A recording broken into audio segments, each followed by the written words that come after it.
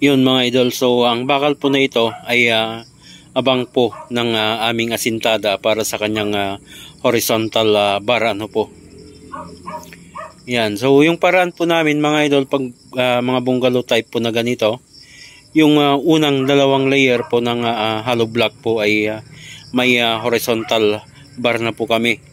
And then yung sumunod na mga idol ay tig 3 layer na. So very common ito mga idol sa mga bungalow type po na ganitong bahay ano po.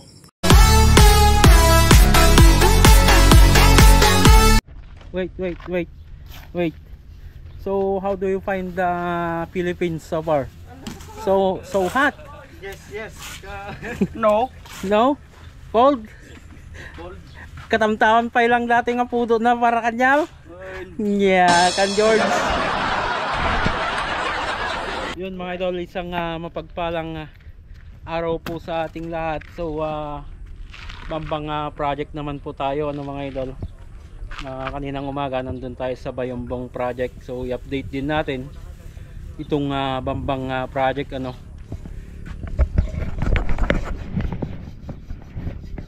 So eto na, after 9 days mga idol, so eto na yung accomplishment po ng tropa po dito sa Bambang ano. So tumayo na lahat yung column, nakapag tie beam na kami, and then CHB laying na. So yung ginamit naming paraan dito ng pag-install ng hollow block mga idol ay running band ano po. So marami pong paraan na ginagamit sa pag-install po ng o pagpa-file ng hollow block. So ito running band na madalas nating makita dito sa Pilipinas ano po. So bungalow type lamang po ito mga idol. So halos kita na natin dito sa harapan 7 meters by 7 meters. Then yung additional mga idol ay doon sa CR doon sa likod, and then plus 3 meters pa dito sa harapan para sa terrace. So bago tayo umalis siguro dito mga idol at pupunta sa kabilang project pa ay i-layout na natin itong terrace dito para mabuhusan. Ayan o. So 2, 4, 6, 8 na po yung nandito, and then hopefully ay matapos na yung yung mga nagbibilad ng mais para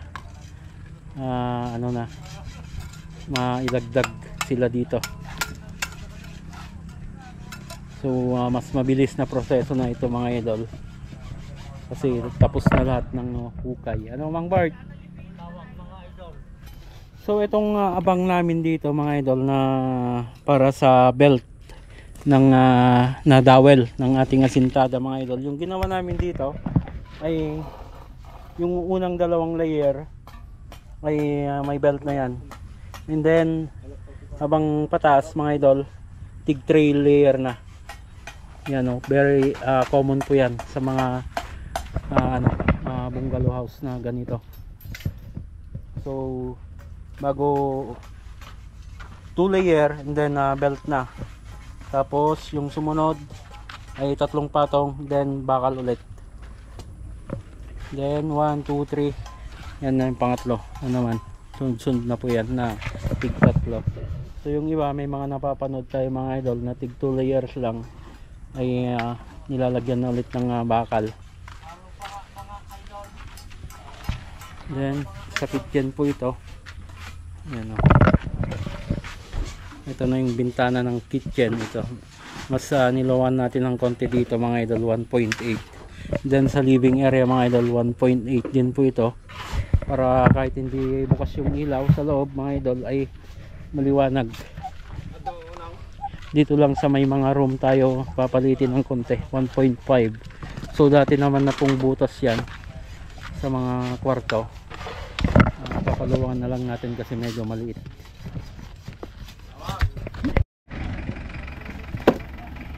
Yun mga idol, so yung mga poste na kailangang tibagin ay na-shutdown na rin ng mga idol.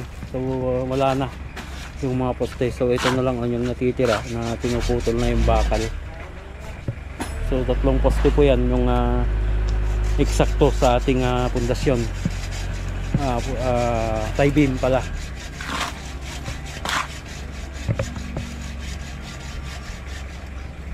Then master's bedroom po ito sa part po dito. Then room 1 dito.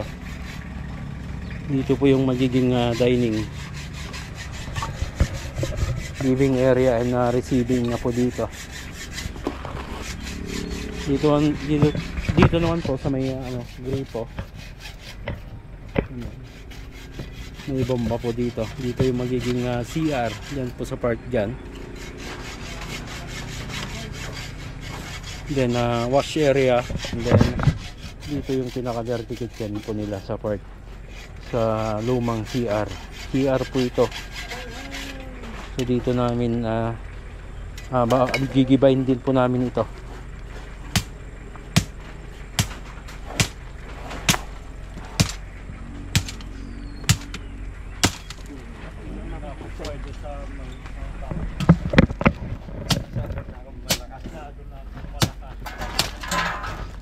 Ayaw ko na sa art.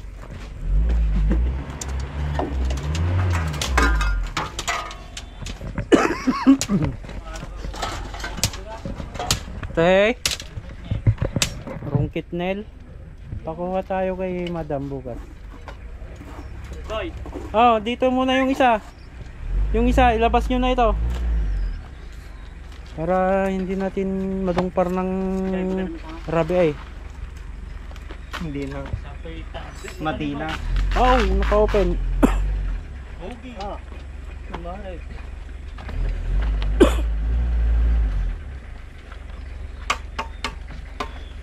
Tapos lang, pahalang nyo pala dito.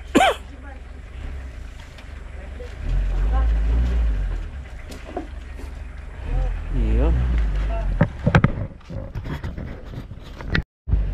Yun mga para, so yan yung update dito sa Bambang project naman.